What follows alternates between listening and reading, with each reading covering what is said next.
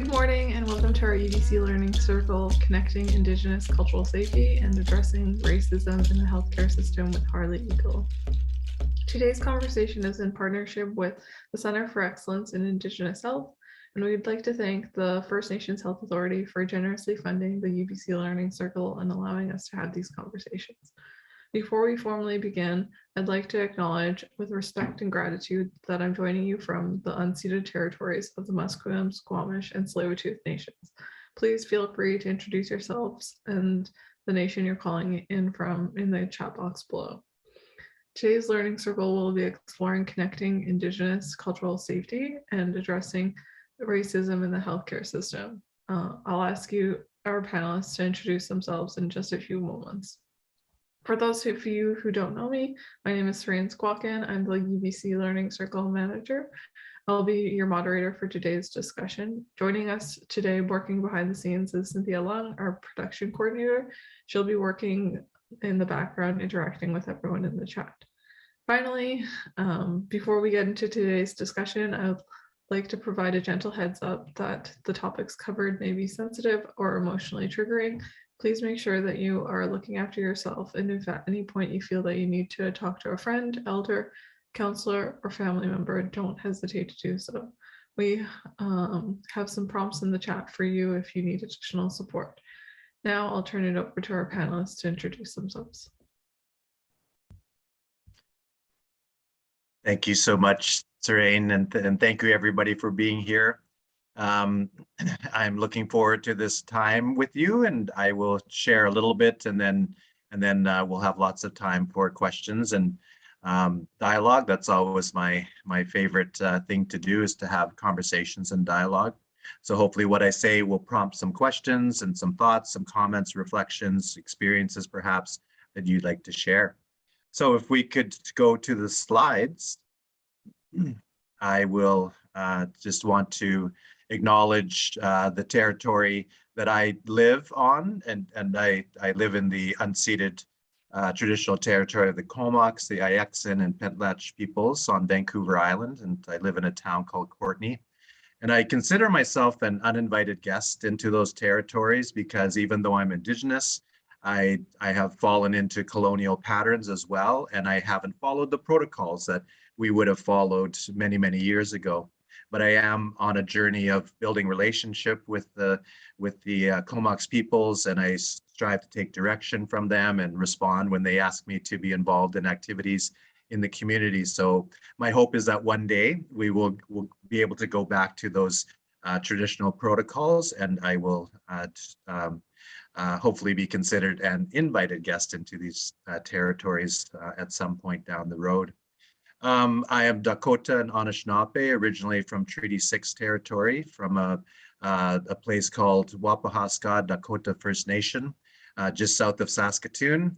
That's where my father's from, and that's where I'm from.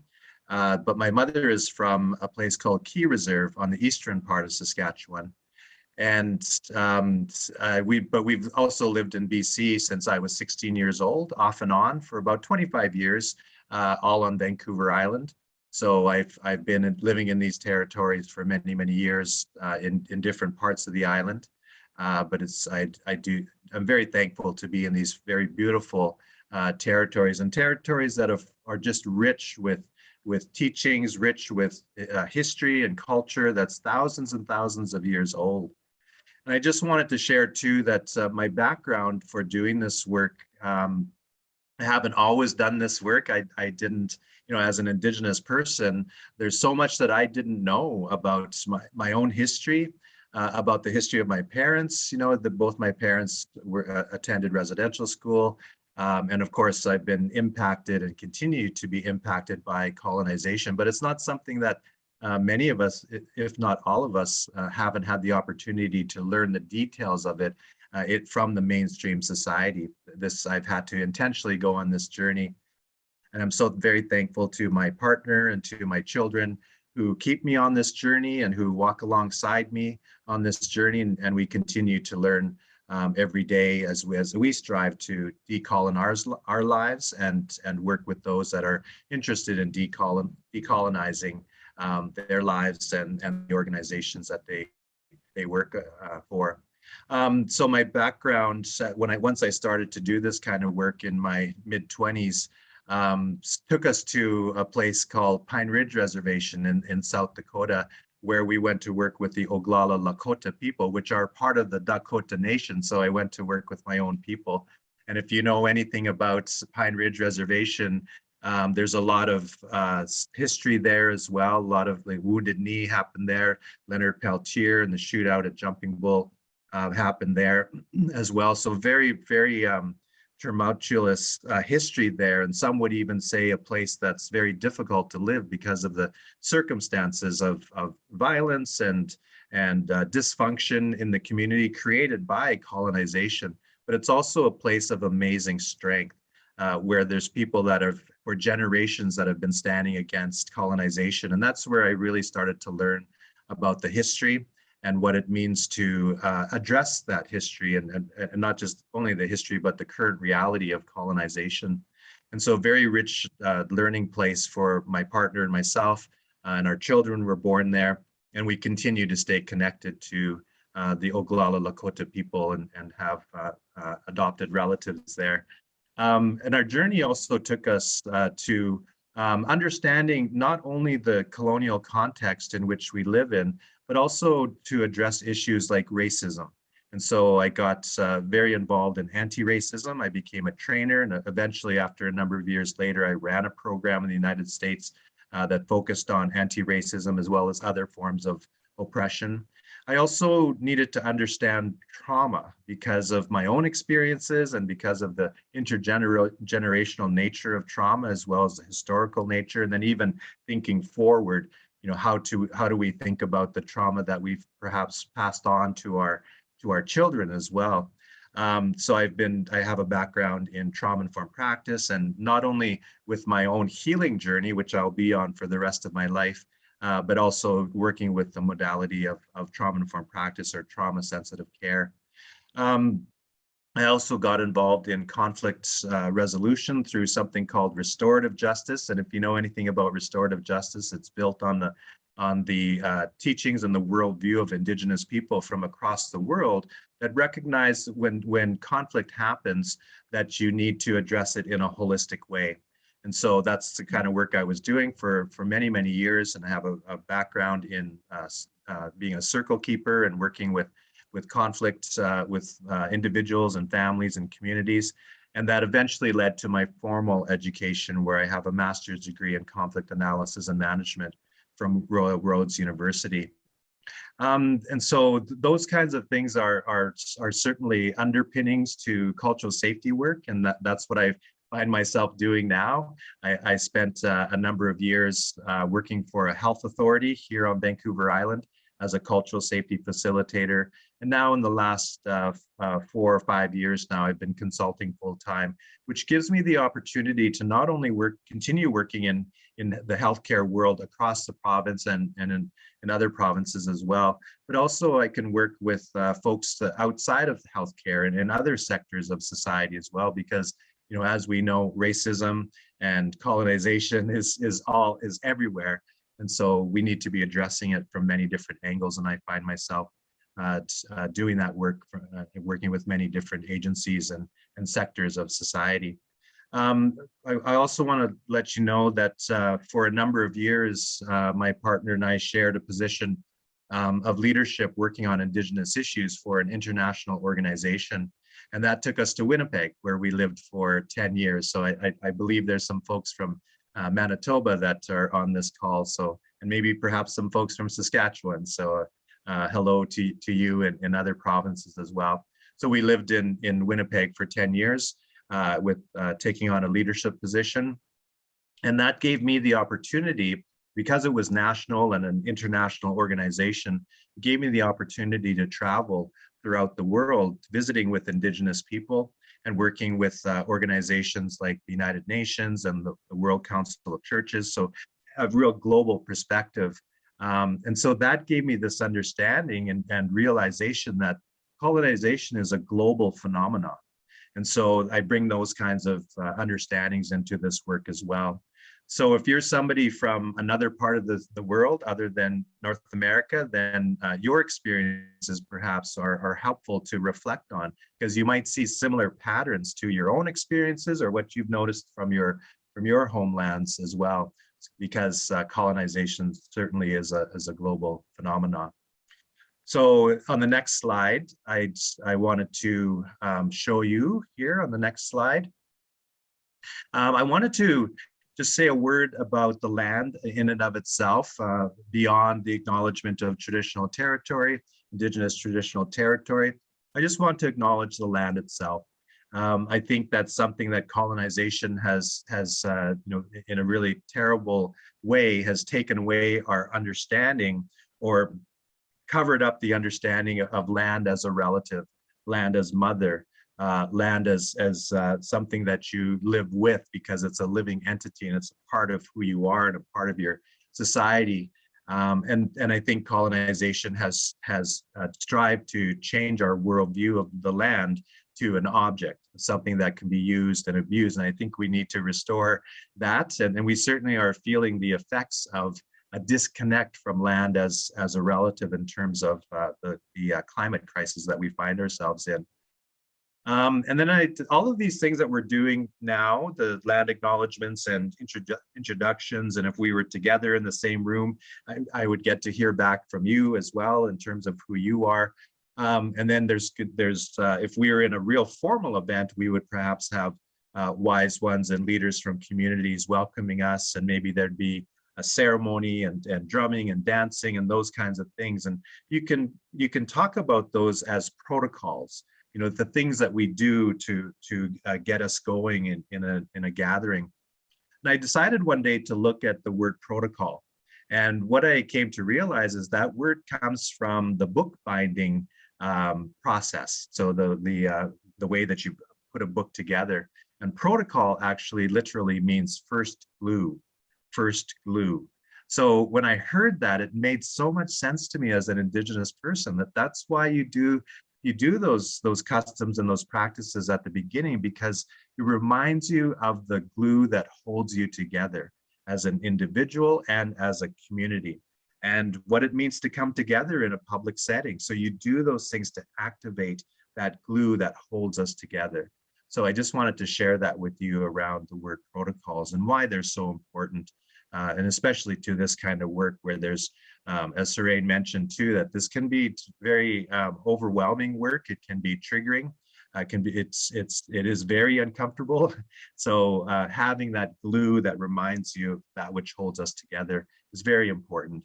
And it's important right now because of all of the challenges that we're carrying in this moment, the pandemic and coming out of the pandemic, and what does that mean? You know, all of those things are weighing on us in this moment, and we've been carrying this for the last 2 years at various levels of a traumatic experience. And then we're worried about the state of the world in terms of war, even though there's a current war, the Ukraine, that we're really worried about. There's also other parts of the world that have been suffering through war for many, many years, and now it's heavy on our minds as well.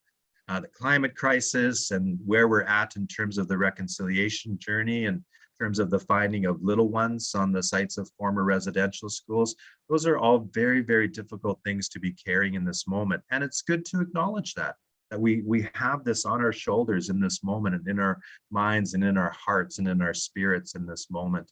And then we've been trying to do this work over the virtual environment over the last 2 years. And so gathering with these kinds of difficult subject matter and what we're carrying is very difficult in the virtual environment.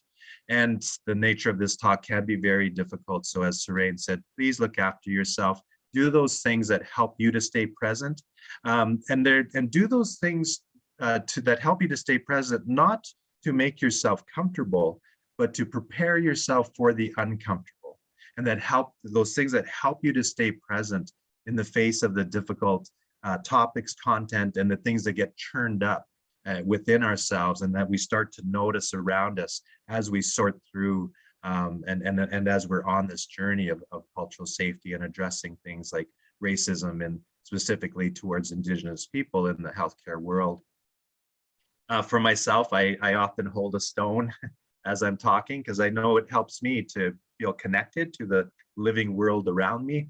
And it also helps me to put my nervous energy somewhere. And then everything that I talk about today, you can actually find in the 94 calls to action from the Truth and Reconciliation Commission. And then also for those of us in BC, especially the In Plain Sight report and the recommendations. All of those things are very important on this journey. We can look to those efforts, those reports and those commissions, like the Missing and Murdered Indigenous Women and Girls, like the Royal Commission on Aboriginal Peoples. Those are very important documents for us to understand. It provides us with understanding, and they also provide us recommendations for how to move forward. Then the last thing on this slide I wanted to mention was the process that I look to for understanding, how do we go about with this new learning or this increased learning and development. And a model that I learned about when I worked with Island Health is called the 70-20-10 model of learning. So it's speaking to percentage. And I find it just a helpful framework for thinking about how we incorporate this work in our lives and in our workplaces.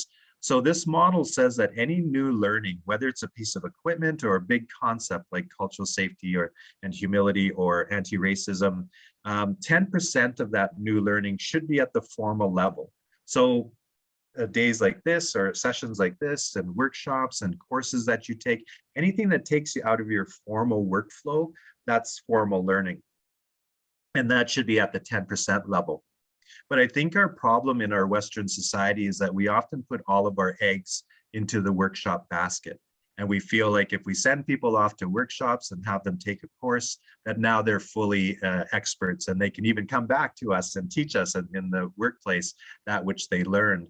But that's not how we learn as human beings. We need the opportunity to practice. We need the opportunity to make this relevant in our lives. And that's where the 70% comes in, according to this model.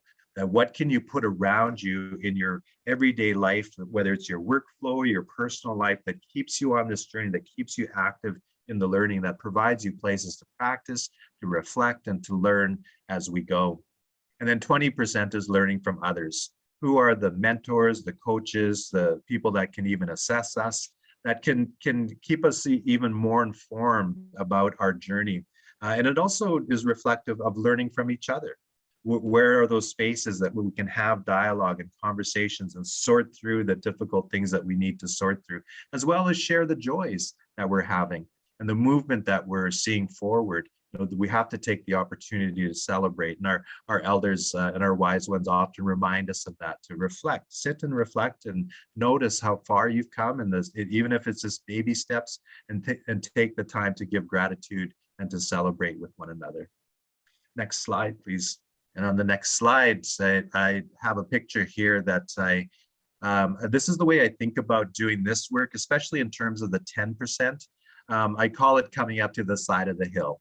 Some people might call it systems thinking or a balcony view, that sort of idea. And so I like this picture because it reminds us that this is what we're trying to do in this moment, is to come up together on the side of the hill, and so that we can look at the history and understand its impact and on our current reality, and understand what's going on in our current reality as well. And then also we can start to look forward and see what's down the road here. What are some possible paths that might be presenting themselves to us from this vantage point of the side of the hill? And then we can also start to locate ourselves in this. We can say, oh, well, we're way down there in the forest by that one tree. There I am, way down there. And when you do have this vantage point, then you can start to look around yourself and see what's there. Who are your partners that maybe you didn't know were on this journey? And maybe there's some paths that are available to you just a few steps over. So this is the vantage point that you can take that helps you to understand your particular circumstances, as well as the circumstances overall and the big picture understanding. You can also start to identify some possible roadblocks that might be coming up. So you can start looking and you can see, okay, this might be a difficult thing. How do I start preparing now for that difficulty that's coming up? And then I also like to think about this vantage point as we're preparing for the journey as well. So what's in our backpack in the moment? And I know that many of you are very skilled in this work. And so you have items, you have experience, you have skills in your backpack, but then and that we can share with one another. And that's so important, this journey, to be able to share that which we already have with one another. But then we can also notice there's some things that maybe I don't have that might be helpful. So what are those skills that I can put into my backpack that helps me to prepare for this journey and will help me along the way? So on the next slide, this picture is very, it's a nice picture, but on the next slide, I want to show you, it's the same vantage point, but this slide reminds me, it's a metaphor, excuse me for a moment. It's a metaphor for understanding what we're up against. And it reminds me of the process that I'm not sure if you're aware of what happened, particularly back east when the settlers started to come into these lands. They actually built a series of what they called colonization roads. I think it was around 1,600 kilometers of roads so that settlers could have easy access into Indigenous territory and start to settle the land. And so there's actually roads to this day that are still called Colonization Road.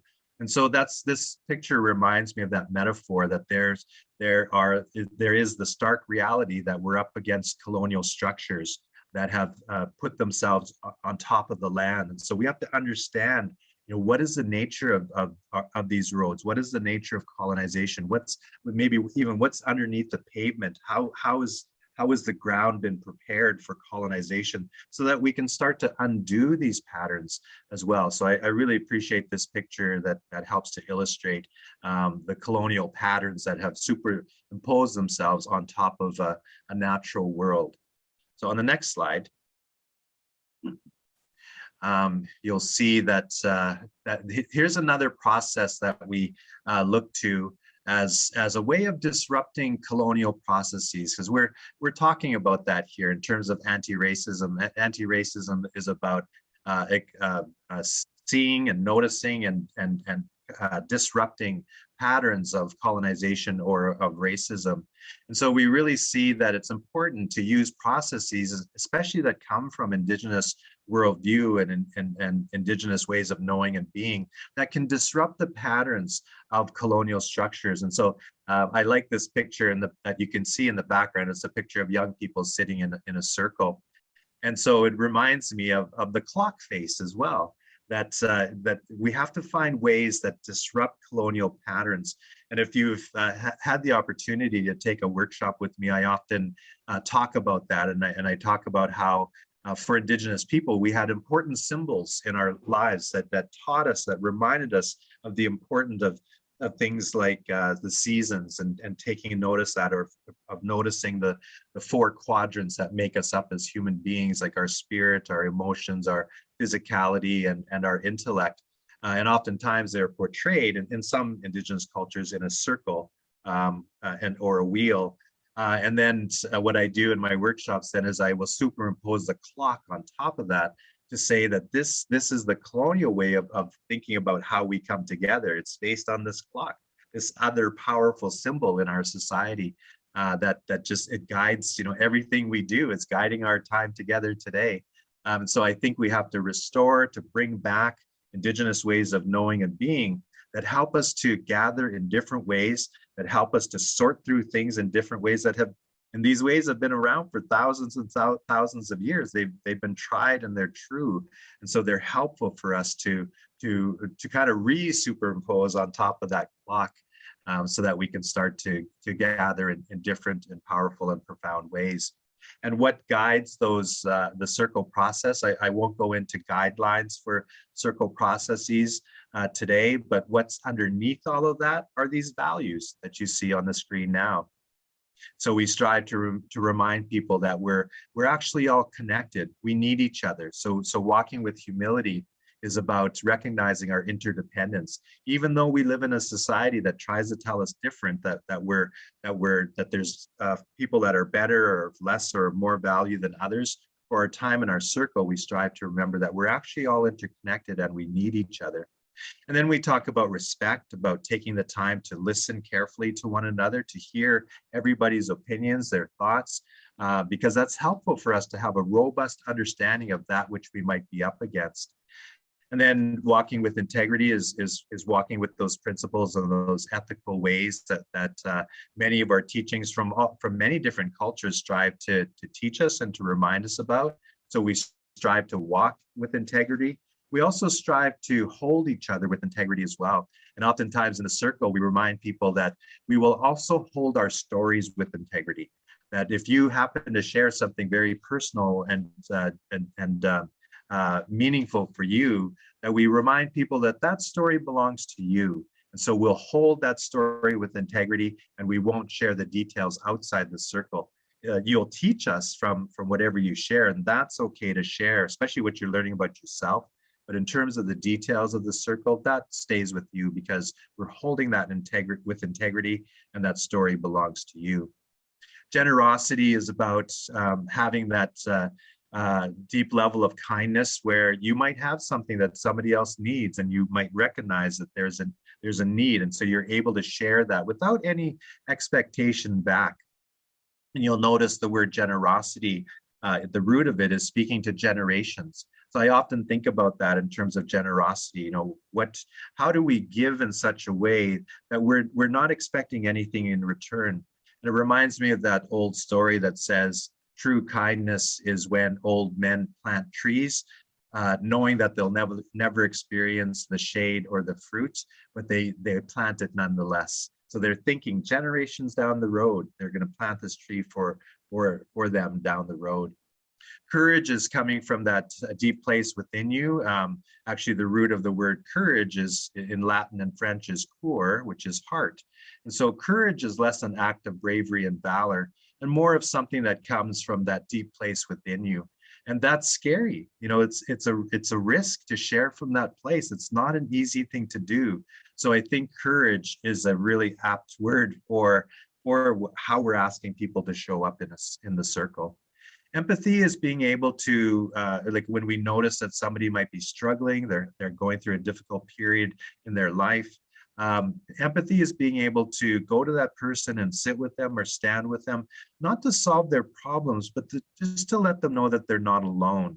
And we can do that because we've all gone through difficult periods in our lives. We've all had heartbreak, loss. You know, we know what that feels like when you're going through those difficult times and you often feel alone.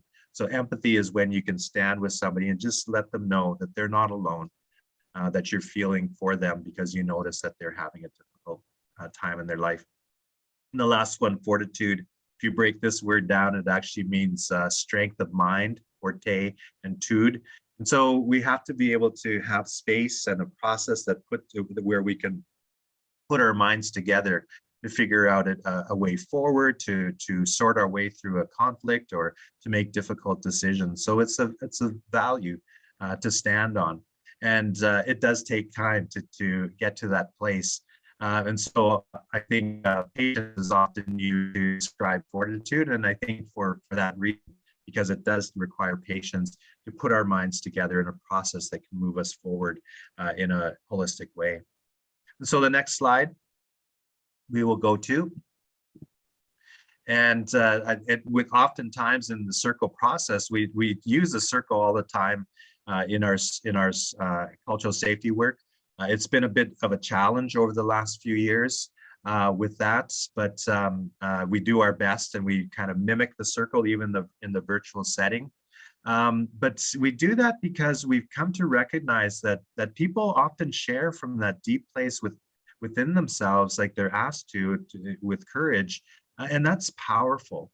And we've noticed that vulnerability is so important in this work. Being able to share from those deep places and to connect with others from those deep places is so important. And I want to share with you now a story from Brené Brown that helps us to understand the importance of vulnerability. So Brené Brown, and I'm sure many of you know who she is, she considers herself a shame researcher, and her research and then her subsequent books have really helped a lot of people to look at the issue of shame that they're carrying. And Brené Brown's research has shown her just how prevalent shame is throughout society, not just in marginalized communities, but throughout Western society. Shame is such a really powerful thing. And she often says that we're such a distractive society because we're so busy keeping ourselves distracted from looking inward to recognizing that which we might be carrying and feeling about ourselves in that inward way. And so that's what her work helps people to do, is to address that state that they might be carrying. And so she told a story about 8 years ago now, do you remember when Black Lives Matters was big in the news about 8 years ago? And then of course it's been a big thing, a movement in the last 2 years as well. And then she told a story then, and then she retold it 5 years ago when the former president of the United States was inaugurated. So Brené Brown is from the United States. So she said at that time, she said the biggest issue facing the United States is the issue of racism. And I also add to that Canada as well. And then the current Black Lives Matters has shown us just how global the phenomena of racism is, because we've been hearing from people from all over the world that are saying here too as well, racism is a big issue. And so Brené Brown says that we're not addressing it. We're not having the deep conversations that can actually take us to a different place. And she says it's because of shame, because she says, if you want to talk about racism, eventually you're going to have to talk about privilege. And that's what often shuts down conversations, is because shame and guilt comes up in people, and it's so uncomfortable and we don't know what to do with it that we push it away. And we do that in many different ways. I get that as somebody who's gendered as a male in this society and walks as a male in this society, because I've been shown by many profound women and from the teachings of my culture that have shown me of just how sexist our Western society is. And so I've come to recognize the privileges that I often work from that I didn't even know that I had. And when they're pointed out to me, and when I recognize that I'm walking with those privileges in a dysfunctional way or in a hurtful way, I feel that sense of shame, and I'd rather not talk about it. I do things to push that conversation away because it's so uncomfortable for me when I notice that I'm carrying that. So I get that notion of not wanting to go there because of shame. And then she goes on to say that shame is held in place by three things. And the first one is secrets. So in terms of Indigenous cultural safety and considering Indigenous perspectives on history and current realities, these are the very many secrets that we don't know a lot about in Western society. You know, it's only been since the Truth and Reconciliation Commission where the residential school experience and era was exposed in a big way. And now people are realizing of just how massive that was. And there's so many other secrets like that we're not talking about and that we have to start talking about. But if you don't have that understanding, then you don't have the understanding of what the problem is, right? So because it's been kept secret. So you don't have that foundation to build on. Silence, she often talks about, or what I've come to recognize is silence can be both the silencing of the many voices, the Indigenous voices that could have been informing us for hundreds of years, even though they tried, but we had processes in our society that shut down that conversation and silence the voices that could be could have been informing us of this. And then it can also be the silence of our own voices, of not knowing how to speak up, or even when we're asked to speak up, we don't because it's uncomfortable and it's scary, or maybe we don't have the skill, or maybe we've tried in the past and we've been shut down. And so now we're shy and we're scared of speaking up again. So it can be the silence of our own voices as well. And then the last one, judgment. When I think of the word judgment in this context, I think of narratives. It's those things that we do know, the stories that we do know that come from the media, that come from Hollywood, that come from the stories that are shared time and time again around the kitchen table and around the living room and workplaces and all those places, all those common stories, those narratives that we do tell in society, specifically about Indigenous people, but also about each other as well. And then that forms our understanding of what's happening in our society. And so we base our judgment on those narratives, which are based in stereotypes and myths and misconceptions, yet they form our understanding of what we feel then is reality, and we judge a situation based on those narratives. So those are the things that keep shame in place and keep us from having deeper conversations. Brené Brown then goes on to say that vulnerability is the antidote to shame. So if we can create spaces where we're having these deeper conversations, where we're exposing secrets and we're breaking silence and we're learning how to not be silent, and we're changing the narratives, that we can actually start to melt shame. And then she goes on to say that then that's the gateway to creativity and innovation. So if we want to work on addressing racism in the healthcare world, and if we want to work towards reconciliation, if we want to create Indigenous culturally safe spaces, then we're going to need creative and innovative ways. And I also like to say old ways that we're blowing the dust off, that have been in place for thousands of years in terms of Indigenous ways of knowing and being. So on the next slide, we start to, I wanted to share with you about the cultural safety origins and defined and definitions. And so just very quickly, I like to share this because it gives me the opportunity to raise my hands to the Indigenous people of Aotearoa of New Zealand, the Maori people, and primarily Maori nurses in the healthcare system. So primarily Maori women, Indigenous women, that brought this concept forward well over 30 years ago now. So it gives me that opportunity to raise my hands to them, and the ongoing work that they're doing as well. And so this came about when they were having conversations in the healthcare system, when Maori nurses were sharing with their colleagues, their non-Indigenous colleagues, and with the systems about what they noticed the treatment of their own people when they would come into healthcare settings, and how they would be mistreated, and they would be discriminated and sometimes even ridiculed, especially for those that only spoke the Maori language or practiced the old ways. And then when they tried to inform their colleagues, they were shut down as well. So out of those kinds of conversations and others came this notion of cultural safety, which is now spread throughout the world, especially in the healthcare world, but now even beyond the healthcare world as well.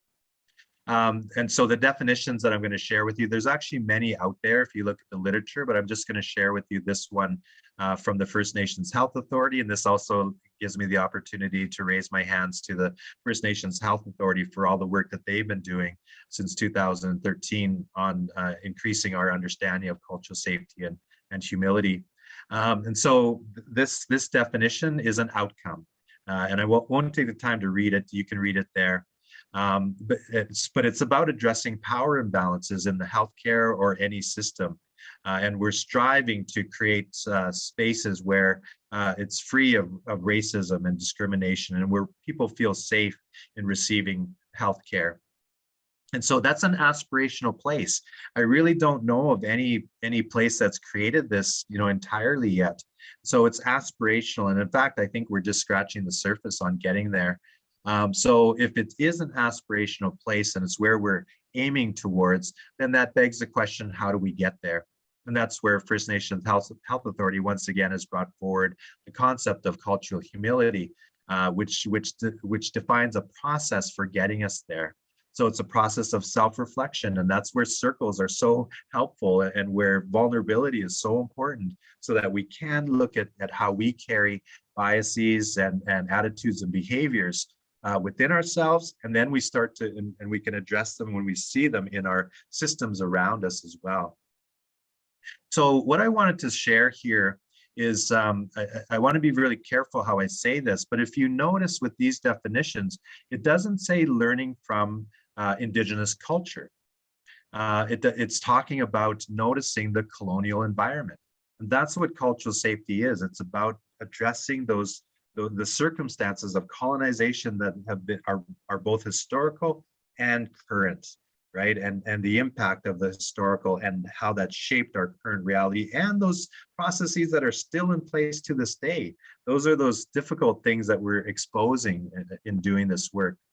And then on the next slide, you'll see that when we talk about doing cultural safety work, that we have to, we know that connecting to our culture as Indigenous people is so very important, and we can look to what I call the genius and brilliance of our worldview as Indigenous people.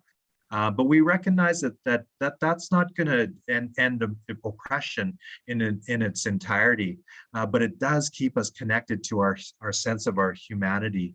and our ways of knowing and being. It is a source of our strength and our healing. So that's it's both and, right? We have to be connected to that, especially for us as Indigenous people, finding those sources of strength and healing that can keep us on this journey. Because we do have to end oppression by disrupting the systems of oppression. And I believe that anti-racism is one such way of disrupting those patterns. So I would like to go to the next slide, please. And the learning process that we look to, you'll find this in the literature, that it often talks about knowledge as the first step. So learning from the past and current realities, and then the skills that are required for breaking silence and sustaining us along the way and navigating these realities, and then moving forward together with action, collaborative action. And so it's also related to what I shared with you from Brené Brown. Knowledge is about breaking the secrets. Skills is about learning how to address silence, and not only about our own the voices that are silent and our own voices that might be silent. It's about the structures that often exclude people. And I like to share the story of when I became a cultural safety facilitator at Island Health. I was screened into that position because I had a master's degree. That was the screen in. And I think about all of the profound Indigenous people that I've encountered in my journey of living on Vancouver Island, that could be doing this work is better than I can be doing it, but they are screened out because they don't have a master's degree. So that's a part of the silencing of the voices, our own processes. Or think about something like Robert's Rules of Order, where if you had an Indigenous person there that's sharing their story or sharing from a place of knowledge, but they're only given 3 minutes to do it, and then they're shut down. That's a form of a process that silences as well. And then collaborative action, how do we move together forward I think about that in terms of the narratives and judgment, because actually what we do in this work is sometimes when we're invited in to organizations to do this work, they've already defined an action that they want to take. And what we recommend is that they hold off until they increase their knowledge and increase their skills, because oftentimes that shapes your action. When you increase your knowledge and know better what you're up against, and then you define some skills and work with some skills that maybe you didn't have before, it changes the way that you think about your action. So we often ask people to hold off until they increase their knowledge and skills. And then we add a fourth piece to this, which becomes the first piece, the first step. That's about creating the process, developing the process that helps us to build a container. And in that container, it helps us to build the capacity to hear and to embrace the uncomfortable and to learn from one another.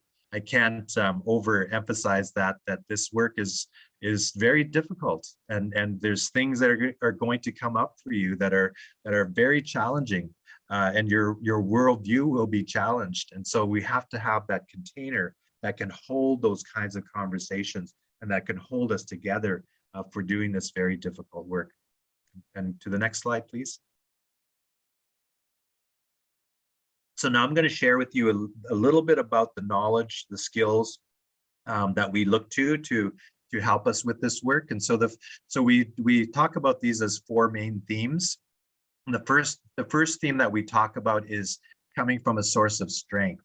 So looking to the fact that for time immemorial, that Indigenous nations have been existing on these lands for thousands and thousands of years, and that we had some pretty profound ways of understanding life and working in partnership with the land as relative, working with each other, existing with each other. That we have to acknowledge that was around. We had some things figured out. So starting from a place of strength is so important in this work. And that because then we have to look at some very difficult things in terms of what we've experienced here in these lands.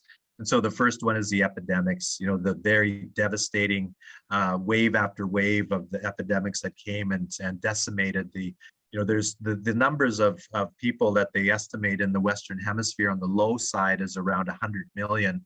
And then on the high side, it's around 190 million Indigenous people existed on these lands before contact. And so over a relatively short period of time, up to 90% of us as Indigenous people were wiped out. That is just a very, very tragic story of genocide. And much of it had to do with the epidemics and warfare as well. In fact, I often share during this time, and I share an article with people it's a scientific article that talks about an era in time around the 15th and 16th century that they call the Little Ice Age. It's where the temperature of the earth went down slightly. So it created what they call the Little Ice Age. And it had to do with various elements. There were a couple of big volcanoes during that time, and there were some other reasons. But they also talk about something they call the Great Dying, the Great Dying. And this is where the epidemics went through over a relatively short period of time and took the lives of millions and millions and millions of Indigenous people. And that also had an impact on the Earth's temperature, because when you reduce that many people so quickly, they say around 10% of the Earth's population over a relatively quick period of time was suddenly gone. So that changes what's going on in the atmosphere, because human beings aren't there to breathe in and to breathe out anymore. And then for those many nations that were agriculturally based, they're not interacting with the land anymore in the same way. So that also creates a different circumstance in terms of the atmosphere. And so those things contributed to what they call the Little Ice Age, and through what they call the Great Dying. So very, very profound.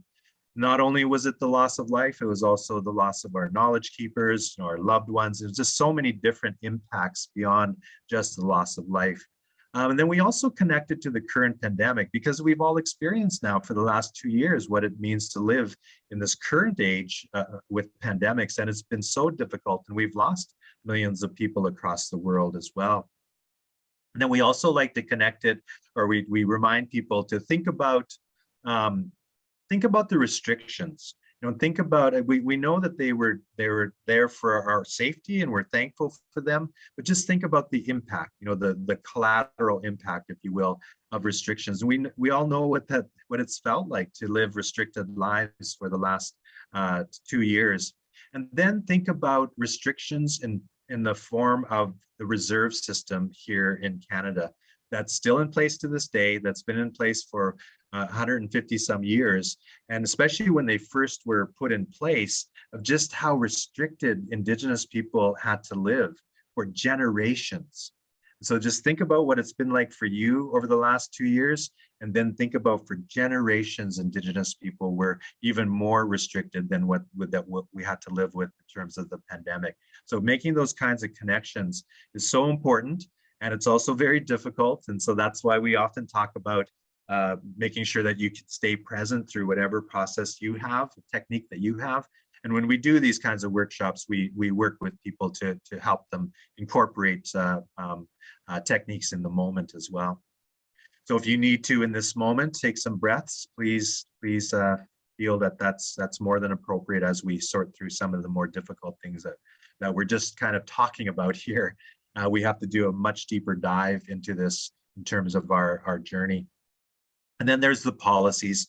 And what you see listed on your screen is just a short list of the things that either have been in place but have impacted us as Indigenous people, or they're still in place to this day, like the Indian Act, like the reserve system. So we have to understand, what those how they've impacted us, and how they're still in place to this day. So doing that work of peeling back those layers and understanding these, exposing the secrets that are a reality for us as Indigenous people, but for many in the mainstream population, they didn't know, and they don't know that this has occurred to us, and in a lot of cases continues to occur to us. So again, not easy stuff to understand and to look at. And I often connect it to the last element there in the policies section, the policies theme about illegal to hire lawyers, because it's connected to the last theme, resistance, resiliency, and healing. So if you notice, we started with strength, and then we talk about some very terrible and dreadful things that we have to understand, but then we return back to strength, that Indigenous people have always been resisting. And then even when in our resistance, the governments would often come up with a different way to, especially if we were actually doing well with our resistance, they would come up with a different way.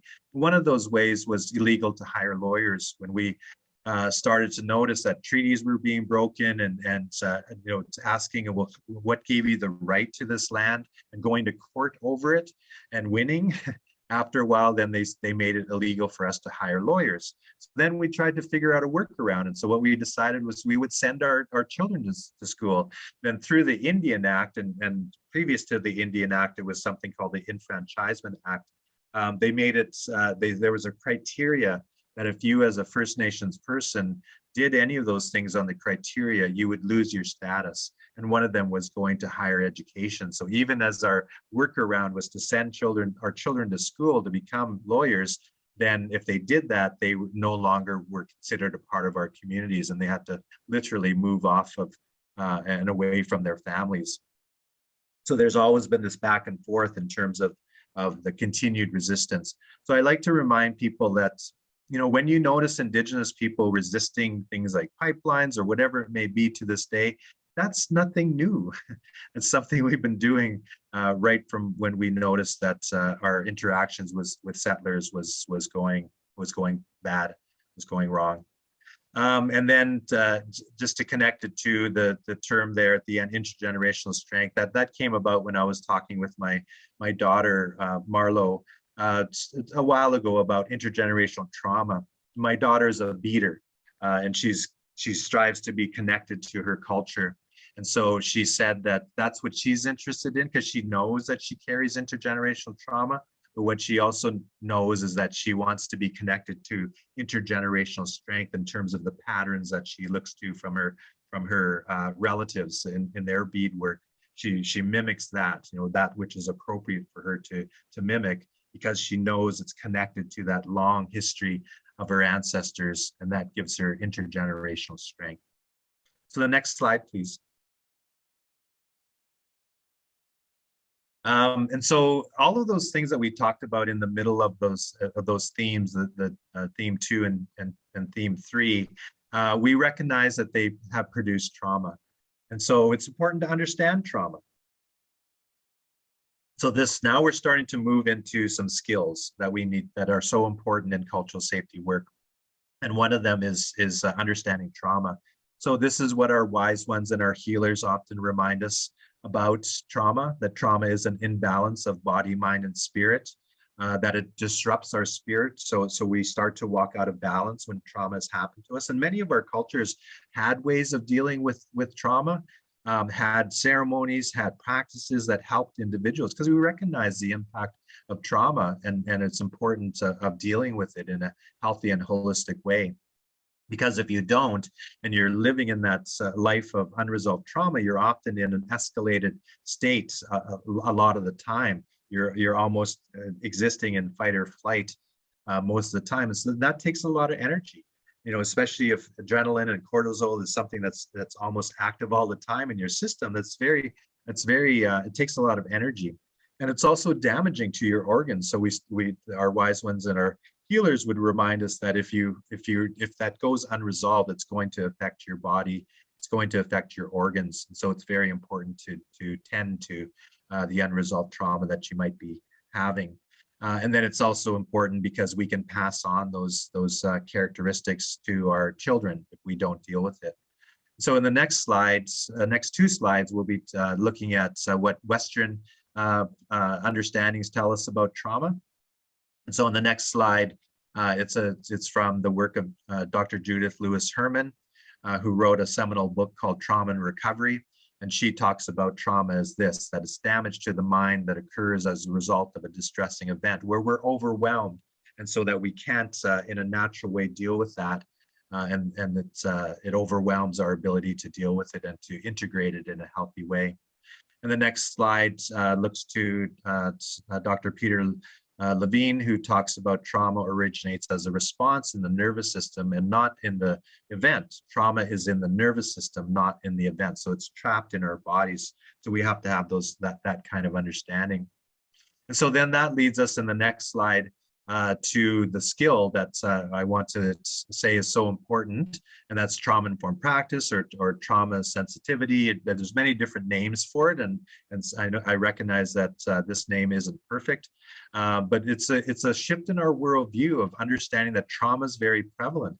And I want to remind people here that trauma-informed practice didn't come out of working with marginalized people or with Indigenous communities. It came out of social workers and counselors and therapists that work in the mainstream society. And they started to recognize of just how prevalent trauma is throughout society. And so it's important to remember that. And so that's where this modality came from. So it's incorporating that understanding in our worldview that trauma is very prevalent. So then how does that reflect in the way that we do our work? How do we create environments that reflect safety and trustworthiness, choice, collaboration, and empowerment?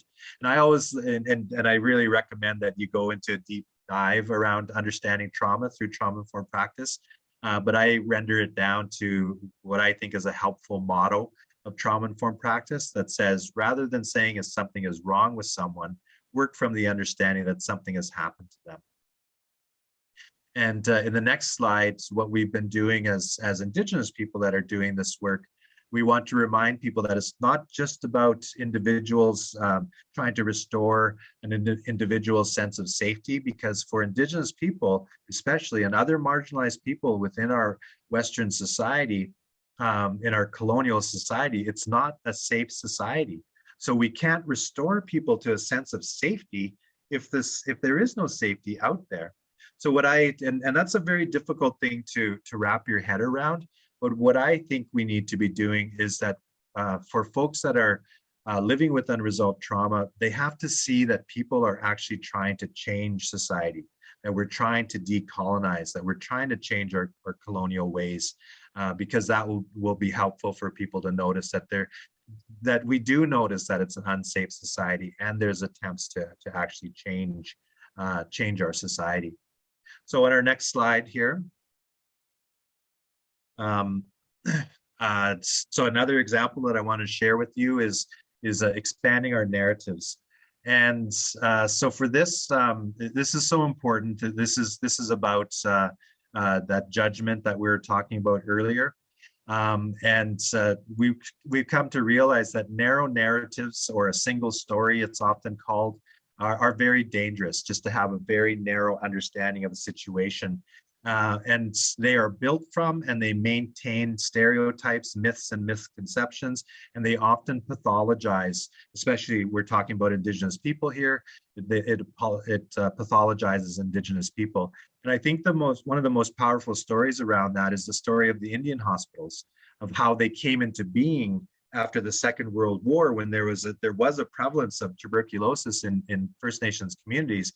But rather than trying to understand the roots of that, and that it came from the reserve system of overcrowded homes, of lack of clean running water and sanitation systems, and the unresolved trauma of residential schools, and the lack of access to traditional foods, and the ability to move and to hunt and to gather, to connect, all of those things that are so important to a human being.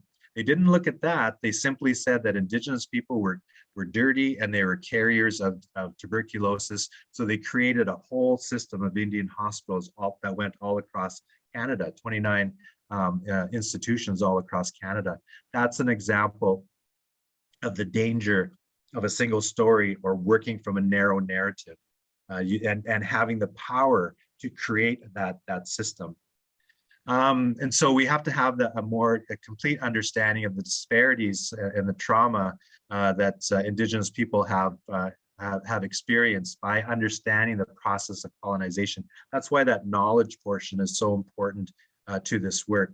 So we ask people to witness and not to pathologize Indigenous people. Understand that history, understand what has happened, but don't pathologize people. It's another reason why we start with the theme of strength, and we end with the theme of strength as well when we're looking at that knowledge portion. And then we also started to try to figure out, so where do we start the story of colonization? If we want to expand our understanding, do we only start it in the last 400 or 500 years?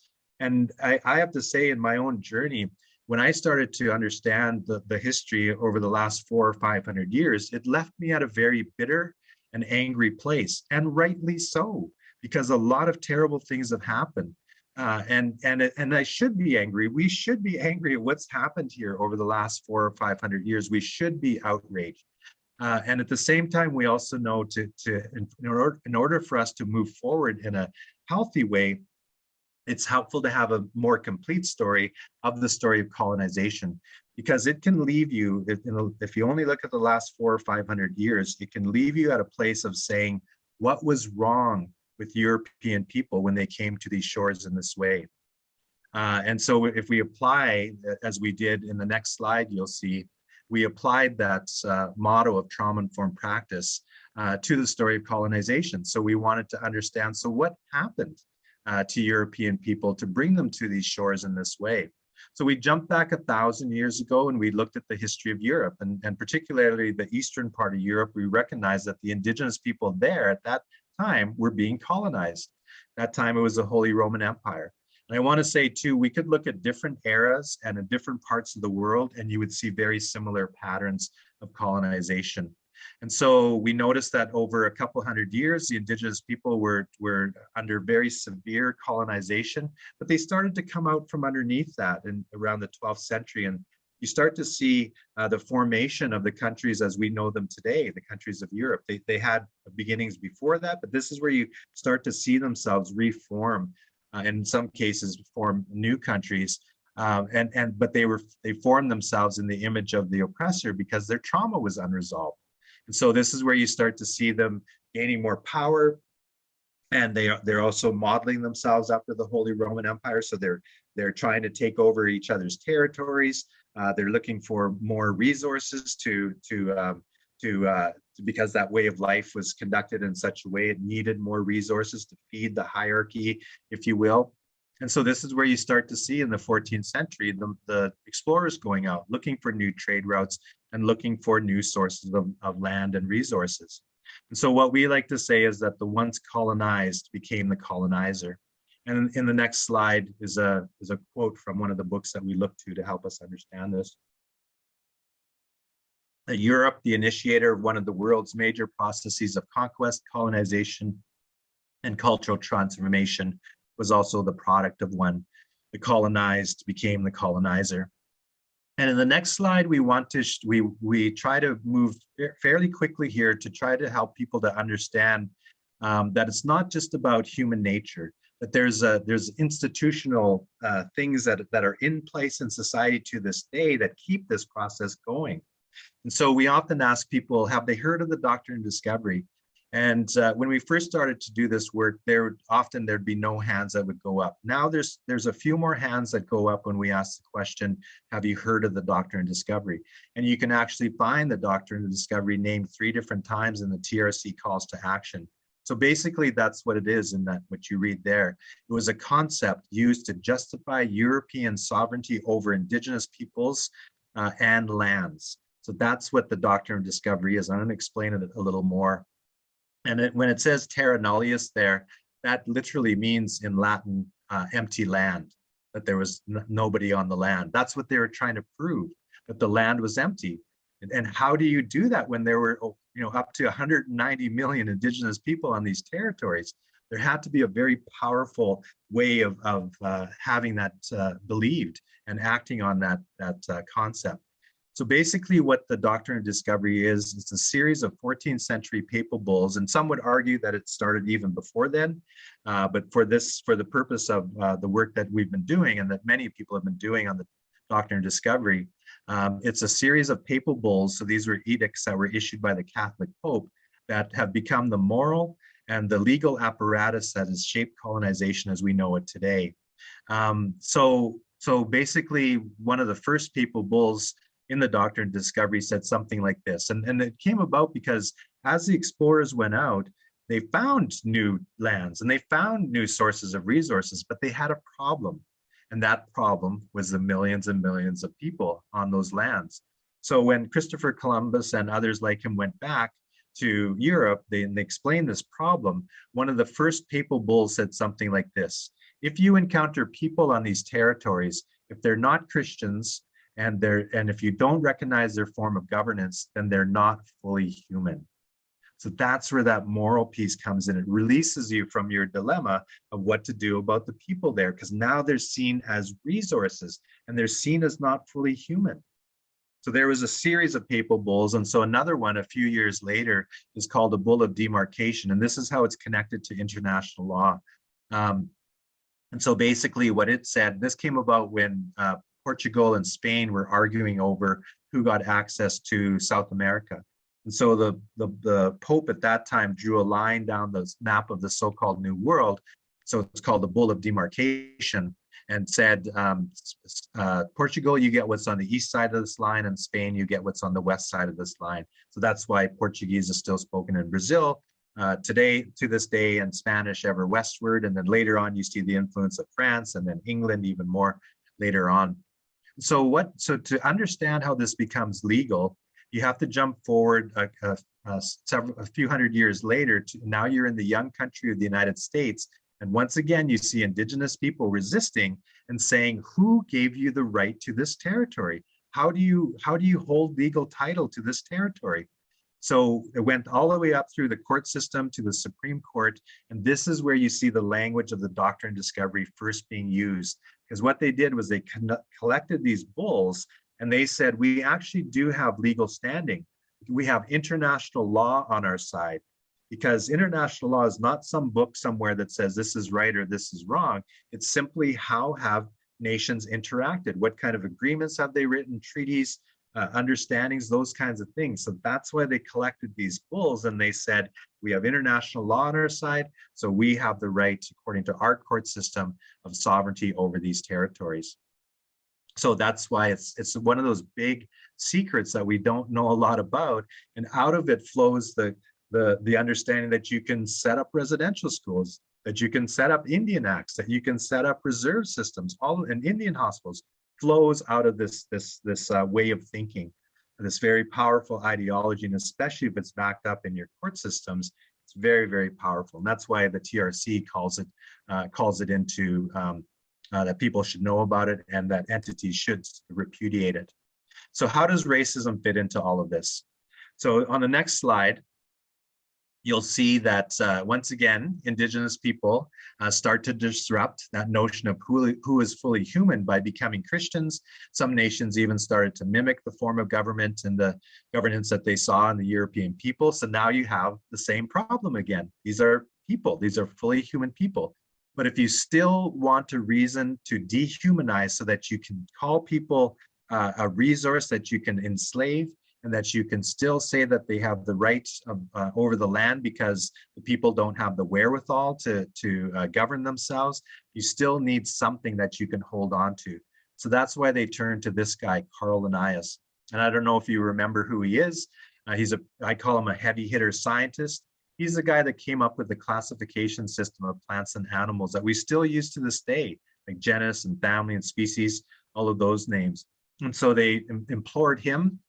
And if you read his diary, it's almost like he doesn't want to do it because he says we're the human race. You know, we're already classified down as far according to his system, but because he's worried about losing his funding and being excommunicated from the church, he goes ahead and does it. So he's joined by other scientists, and they do all kinds of studies on these first four main groupings here to try to prove that there was a hierarchy. That was their theory, that the Caucasian race was at the top. They couldn't prove it, so they went to 8 groups. They couldn't prove 8, and so on, until they ended up with 132 different races of human beings to try to prove that there was a hierarchy to them, that one had more character, more morality, more intelligence, and so that they should be at the top of the species, if you will. So what we like to say, because they could never prove it, is that race is a myth, but the ideology of racism served the purpose of being able to dehumanize others so that you could have sovereignty over their bodies and over their land. So that's why it's really important. And we quickly move to this understanding because we don't want people to get stuck with the older story of colonization or stuck with that. It's important to know that, But then we have to see how this gets institutionalized, and especially around things like systemic racism. So the next slide, please. So what we've done is we've looked to the definition of systemic racism and brought a definition that we feel is really helpful. Because if we went around the room here or this on this call and asked people what is systemic racism or what is racism, more often than not we would talk about those ugly interactions between individuals, the hate crimes, the things that are said to other people based on skin color and ethnicity and that sort of thing. That is absolutely a part of it, but there's so much more to it. But we have to understand that racism is also the power to design and maintain a system of complex social and political mechanisms that permeate, define, and give purpose to laws and bureaucracies based on race prejudice. It's the Indian Acts, it's the reserve system, it's the Indian hospitals, it's all of those things that are a part of our government system. And it's also our social norms as well, what we consider as normal and civilized. That is also a part of it too. And that these have been in place for hundreds of years across many generations. And when you're raised and conditioned in that sort of system, it shapes and normalizes understandings of yourself and of others. And then it allows our society to treat certain human beings and the environment around us as if they are lesser or more value than others. So that's a definition of systemic racism. The next slide, please. So this is why anti-racism is so important. It's just simply about, it's not simply being not racist and not saying things. It's also about the practice of identifying, challenging, and changing the values, the structures, the policies, the laws, the bureaucracies that perpetuate systemic racism. So it's very difficult work. It's we're dealing with a very intractable system here that's enduring. That's going to require all of us really digging down to look within ourselves and to look to the systems around us to start to change how all of those processes that are in place that condition us to believe these things. And the next slide, please. This work is very challenging and it's very complex. We have to understand that. It's not just simply having a checklist or making a few tweaks. We're talking about wholesale change of our systems around us. So these are just some things that we've noticed that are helpful in terms of how to go about embedding cultural safety and anti-racism in our structures. It's by developing a shared analysis of systemic racism and systemic colonization. So that's in that model of 70-20-10. That's that 10% portion in terms of formal learning. And then the next one, developing processes for personal and organizational commitments that's alive, that's ever growing, that's adaptable, and that we know it's not just one and done. This is a lifelong journey to continue our self-awareness and our healing. So that's the 70%. And then developing processes for journeying together, for group learning, and learning from others that's supported and resourced by your organization. That's the 20% as well. The 70% needs to be resourced and supported by your organization as well. And then developing processes for organizational accountability and internally and externally. For this, I think about the values. What are the values that the anti-racist values, the culturally safe values that your organization holds as important, so that you can hold yourself accountable to them, that you can hold each other accountable to them, and you can hold your organization accountable to those values and those principles. And then the last slide here. I wanted to end with this one because this is something that comes from the work of Tima Okin and dismantlingracism.org. So this is a whole bunch of people that have been working on anti-racism for many, many years, came up with what they see as predictable phases of doing equity work, of when you make a commitment to whether it's reconciliation or to cultural safety or to anti-racism. This is what they noticed often happens. And we found this really important to point out in terms of the work that we're doing, because sometimes we think if we've made the commitment, then we're good to go. But this is what they noticed. Often what happens in organizations, this very start of it is when it's kind of, we're just going along with how things have been going along for generations. So it might be an all-white organization that maybe you have some token multiculturalism, that sort of thing.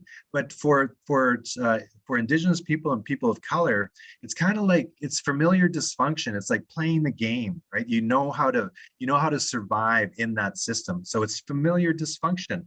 Our parents have had to survive in these systems, that sort of thing. We're kind of used to that. So it's familiar dysfunction. We know it's unhealthy. We know it's a part of the colonial structure, but there's no other way of functioning in it. So we participate in it. So familiar dysfunction. Then if an organization makes a commitment to race equity or to reconciliation or cultural safety, anti-racism, and you start to do that work of shared language and shared framework, what often happens, especially as your culture starts to shift, is that it creates unfamiliar dysfunction. Because this is where, for Indigenous people and people of color, our expectations go very high. And we want the organization then to notice us and to notice what's been going on. And we sometimes often feel that the skill should be there when maybe it isn't. And so then it creates a lot of angst, and it creates a lot of fragility in the system as well, in terms of for those that are racialized as white, because they want to do what's right, but they don't necessarily have the skills yet or the experience yet. So it often creates this unfamiliar dysfunction, and you get to this place of not knowing, and it's chaotic, and you're frustrated. And then you want just a quick fix. Can we just go back to something else? And so sometimes organizations will go back to what it was previously. Let's just stop doing this because it's too difficult. But what we like to say is, or what this diagram helps us to know, is that that's where then you have to start doing things that help to build trust, to sort through this together. And I always feel that looking to Indigenous ways of knowing being that can gather us in ways that help us to recognize this. And then you can start working on your skills and developing your understanding even deeper. Then you can get to a place of having those goals and the principles and values that I spoke about earlier, that help us to shift our culture, that helps us to change our institution, and helps us as individuals to grow and to heal as well. And then you're into the equity practice. And that's there specifically, equity practice. It's about the ongoing.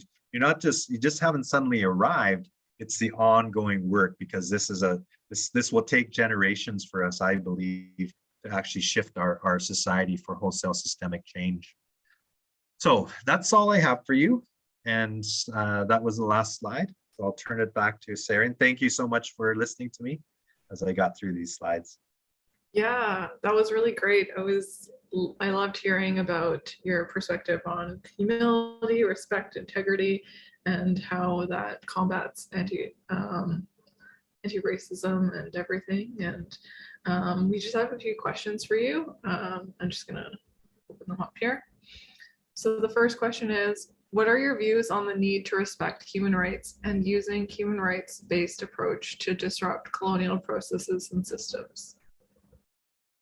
Well, I think that if you look at the history of human rights, it actually came out of the United Nations, right? So, and if you look at the example of residential schools, it wasn't only about taking the culture out of Indigenous people. It was also about taking rights away. So that's, you think you're trying to take away the rights that we had as nations, if you will. And I say that word with a little hesitancy, because I think there's a different understanding of nationhood from Western understandings to Indigenous understandings.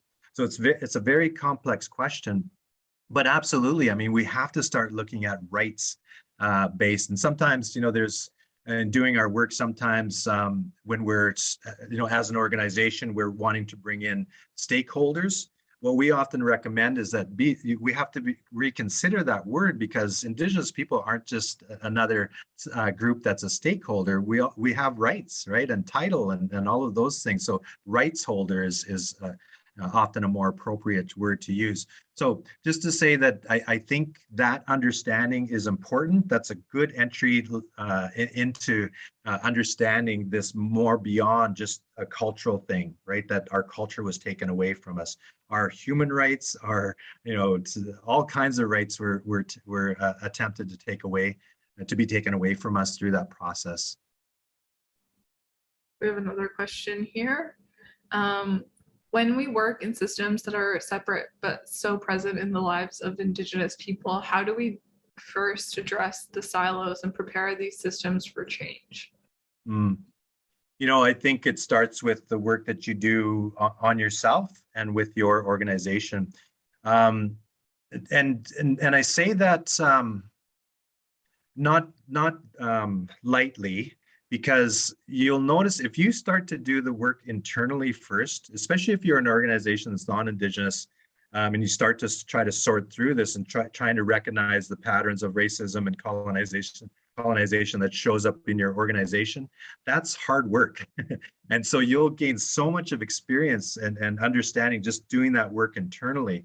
And it gets you ready for working with Indigenous nations. So once again, I think with that knowledge, skills, and action in the journey of cultural safety, I think we jump too quickly to action without increasing our knowledge to understand our organizations.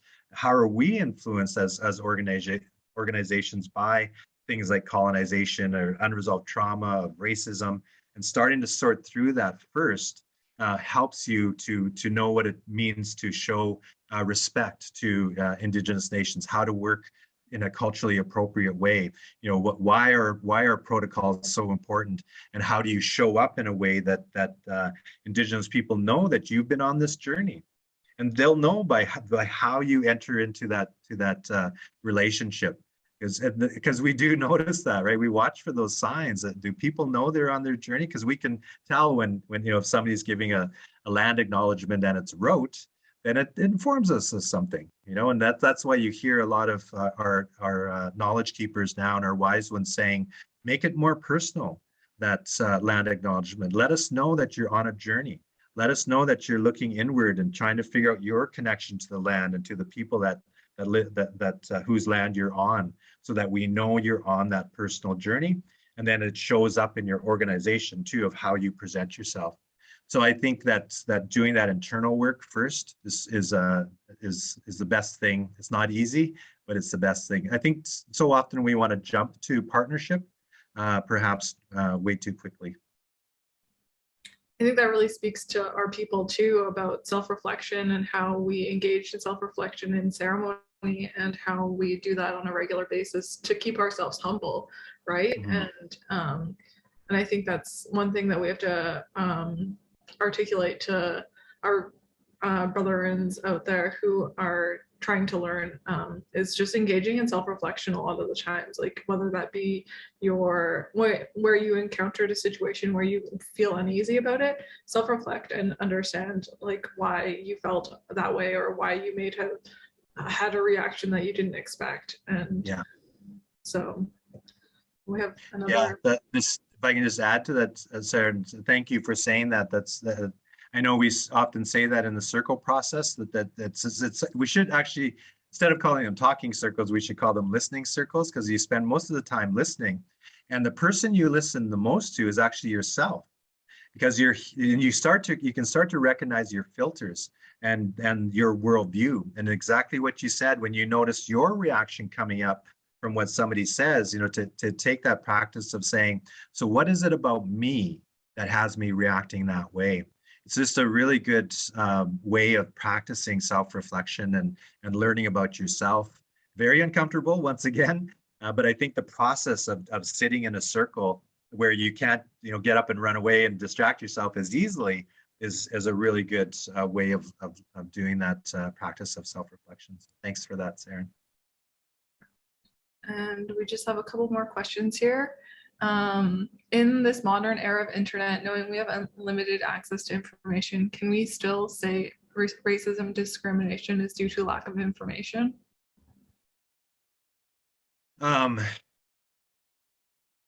I think it's a no, I think it's not exclusive to that. I think it has an aspect of that, of a lack of knowledge, and not just knowledge, but understanding as well, because that's different. Like knowledge, you can kind of read a book and have some knowledge, but understanding is also recognizing how you fit into it as well. So you have that deep understanding where you can speak to it because you've done that deep reflection and noticed how you fit into that story as well. Speaking from a place of understanding is different than speaking from a place of knowledge. And then there's the aspect of all of the legislations and the bureaucracies and the norms in our society that are still in place. So it's not just about information, it's about the conditioning elements that are so prevalent in our society that keep us operating in a certain rhythm because of that conditioning. So it's not just about the knowledge and the understanding, it's also about recognizing there's patterns in place, bureaucracies and the Indian Acts and reserve systems and all of those things, and even our way of existing in our Western organizations too. I think of the work of Tamo Oken, who talks about white supremacist culture, the culture of white supremacy, and she names all of the elements in organizations, things like perfectionism, fear of open conflict, either or thinking. There's a whole list that she works on. And these are things that she and others that have been doing this work for a long time noticed as the patterns of colonial society, of racist society, that we end up just accepting as normal. And it's not a good place for anybody, to exist in that. I imagine there's so many of us on this call that are overworked, right? The amount of work that we have that our organizations expect, and then we expect ourselves to show up with perfection and to not make mistakes. It's tiring. It's damaging to ourselves and to our relationships. And then we'll just take one last question here. Is there spaces, places in our communities where this knowledge is in practice and processing community wellness? And are you involved personally? I would say that there's more and more people, more and more organizations that are on this journey and striving to build those spaces. And especially when you start to get leadership and boards on board with this, then they start realizing, oh, so we have to put resources toward this. We have to change the patterns of our organizations. I would say I'm noticing a lot more being a part of that. And I have to say, on a personal level, I mean, this is healing work that I need to do every day, and I make mistakes almost every day. Especially in terms of my sexism. I have a long way to go. I have a lot of stuff to continue to work on, and then the last thing I'll say about that is, especially for those of us that are gendered as male or walk in this way, this cisgender way. What I've come to realize is that I used to think, and I was told this, I was conditioned to think that I had to give things up if I wanted to be on this healing journey. But I've come to realize the things that I've had to give up are not healthy for me anyway. And I've gained so much, the richness that I've gained in the relationships that I have as I work at my stuff, that's changed the nature of my relationship. So I've gained so much more in terms of the richness that I'm noticing. And it's not just in sexism, it's in other areas as well, as I strive to walk in different ways. And again, I have a long way to go, but there's lots of people that are on this journey. And so, yeah, I feel very encouraged these days. And the amount of people that are wanting to be on this journey has just increased so much in the last couple of years, I'd say, and maybe even in the last year since the finding of little ones on the sites of former residential schools. I think that's broken so many people's hearts that they realize we have to be on this journey. So I'm noticing a big increase in people that are really committing themselves to this journey and doing that work. And I just have the last question. They were just wondering if they could get your contact information for booking you. Oh, yeah, I guess. I don't know if you have a way of sharing that out on your end. Yeah, I think we can Okay. do that. Okay. I think that's all the questions that we can answer for today. We are Thank you for all the panelists, Harley Eagle, and to everyone joining us today. And thank you for the amazing discussion on humility and vulnerability, and the creative and innovative ways of incorporating Indigenous knowledge into cultural safety. It was great to learn about the cultural safety and how to combat racism. Just before we end the webinar, we would love to bring your attention to our upcoming learning circle. We have Birthing Through the Transformation on April 22nd. That's with the Kalila Birth Collective. And then we have Jordan's Principal Information Session with Raylene McCrath on May 19th. And then Leaving Legacy and Uplifting Cultural Safety, another cultural safety one if you guys are interested, on May 24th with Kathy Almost and Cherie Mercier. All these webinars are free to sign up for on our website at www.learningscircle.ubc.ca. Thank you everyone for joining us, and we look forward to everyone at our next Learning Circle. Lim, thank you. Thanks everybody. Bye.